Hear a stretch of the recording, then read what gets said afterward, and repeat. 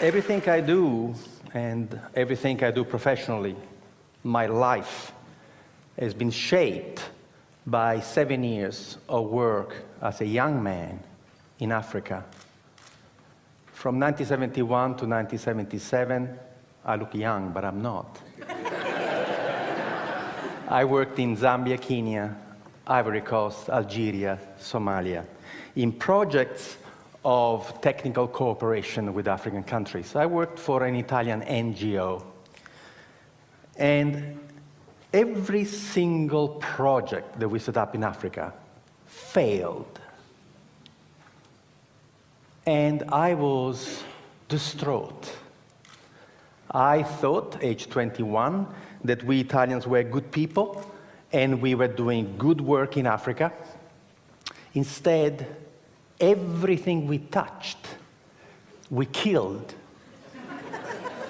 Our first project, the one that has inspired my first book, Ripples from the Zambezi, was a project where we Italians decided to teach Zambian people how to grow food.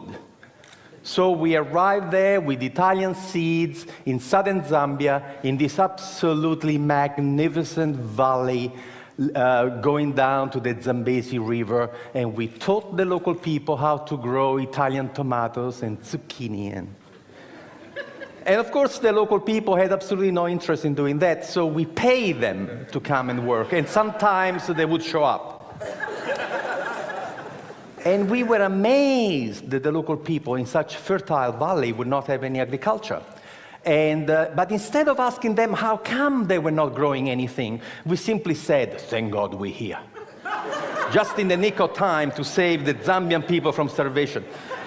And of course, everything in Africa grew beautifully, and we had these magnificent tomatoes. In Italy, a tomato would grow to this size, in Zambia, to this size. And we could not believe. And we were telling the Zambians, look how easy agriculture is. When the tomatoes were nice and ripe and red, overnight, some 200 hippos came out from the river and they ate everything. And we said to the Zambians, my God, the hippos! And the Zambians said, yes, that's why we have no agriculture here. Why didn't you tell us? You never asked. I thought it was only us Italians blundering around Africa, but then I saw what the Americans were doing, what the English were doing, what the French were doing, and after seeing what they were doing, I became quite proud of our project in Zambia, because you see, at least we fed the hippos. You should see the rubbish. You should see the rubbish that we have bestowed on unsuspecting African people. You want to read the book? Read Dead Aid by Dambisa Moyo, Zambian woman economist. The book was published in 2009. We, Western donor country, have given the African continent $2 trillion American in the last 50 years. I'm not going to tell you the damage that the money has done. Just go and read her book. Read it from an African woman, the damage that we have done. We Western people are imperialist, colonialist, and missionaries. And there are only two ways we deal with people. We either patronize them, or we are paternalistic.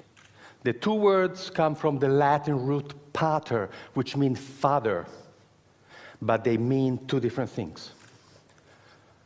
Paternalistic, I treat anybody from a different culture as if they were my children. I love you so much. Patronizing, I treat everybody from another culture as if they were my servants. That's why the white people in Africa are called Bwana, boss. I was given a slap in the face reading a book, Small is Beautiful, written by Schumacher, who said, above all in economic development, if people do not wish to be helped, leave them alone. This should be the first principle of aid. The first principle of aid is respect. This morning, the gentleman who opened this conference lay a stick on the floor and say, can you imagine a city that is not neocolonial?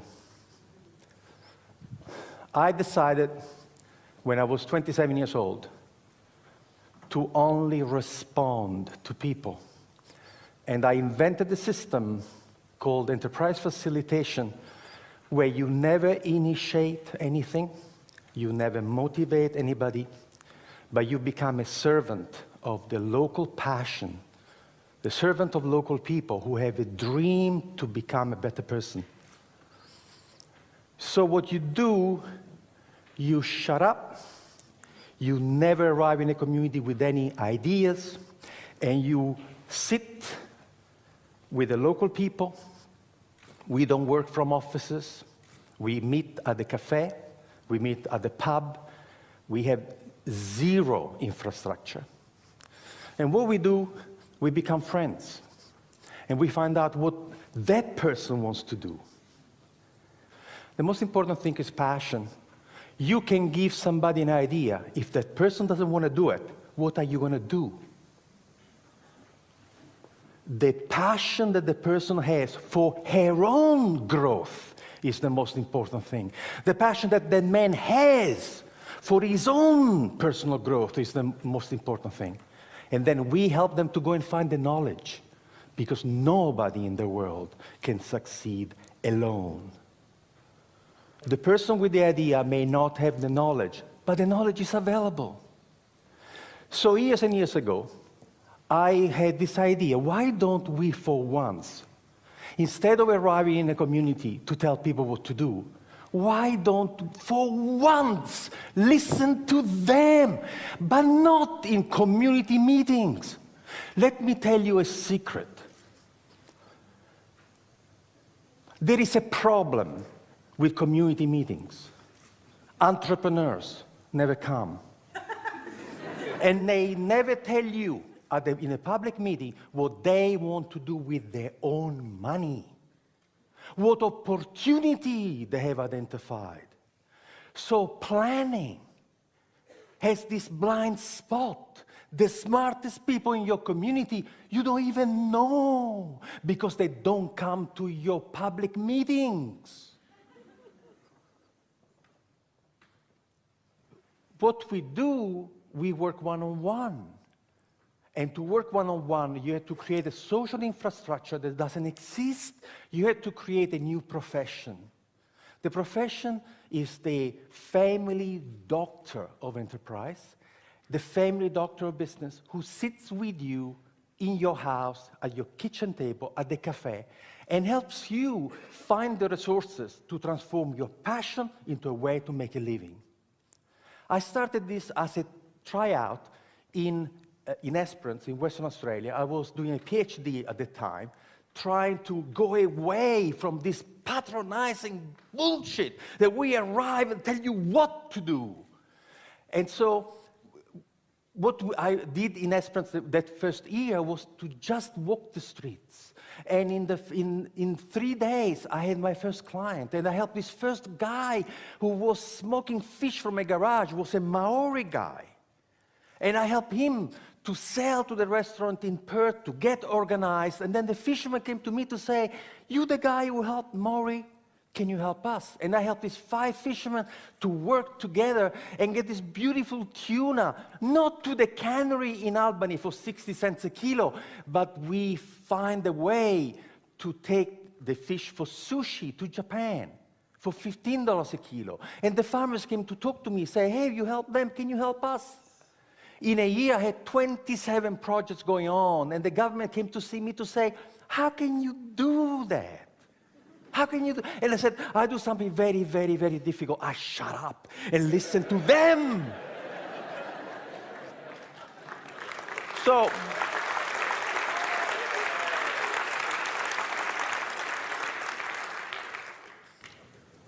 the government says, do it again.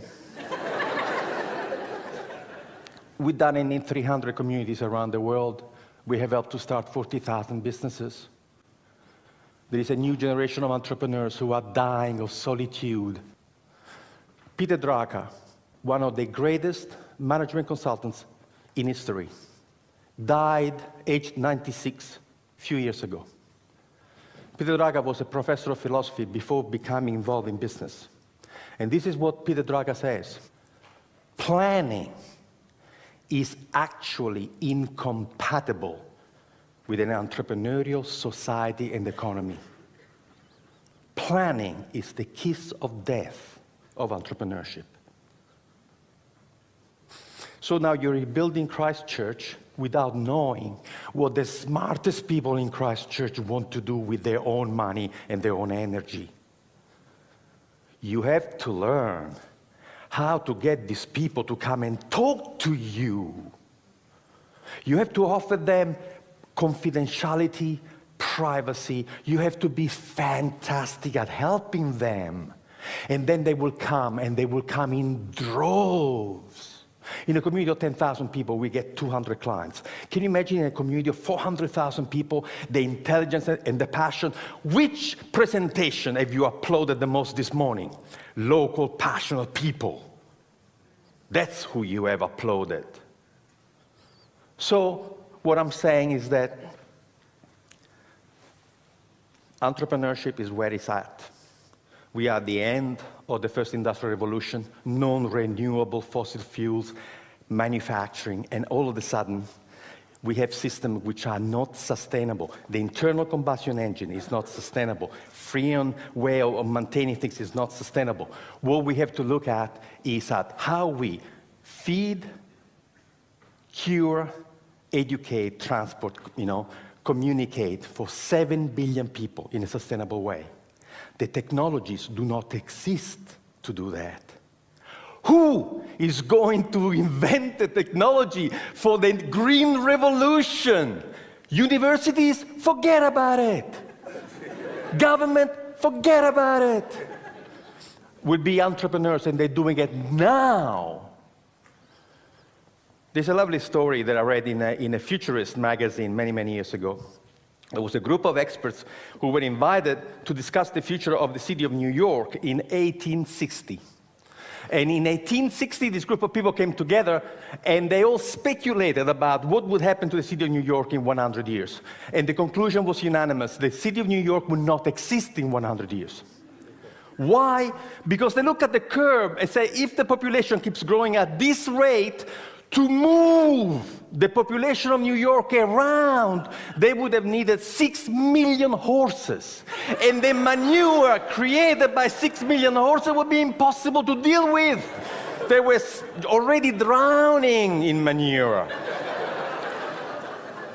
So 1860, they are seeing this dirty technology that is going to choke the life out of New York. So what happens in 40 years' time, in year 1900, in the United States of America, there were 1,001 car manufacturing companies. 1,001. The idea of funding a different technology had absolutely taken over. And there were tiny, tiny little factories in backwaters, Dearborn, Michigan, Henry Ford. However, there is a secret to work with entrepreneurs. First, you have to offer them confidentiality, otherwise they don't come and talk to you.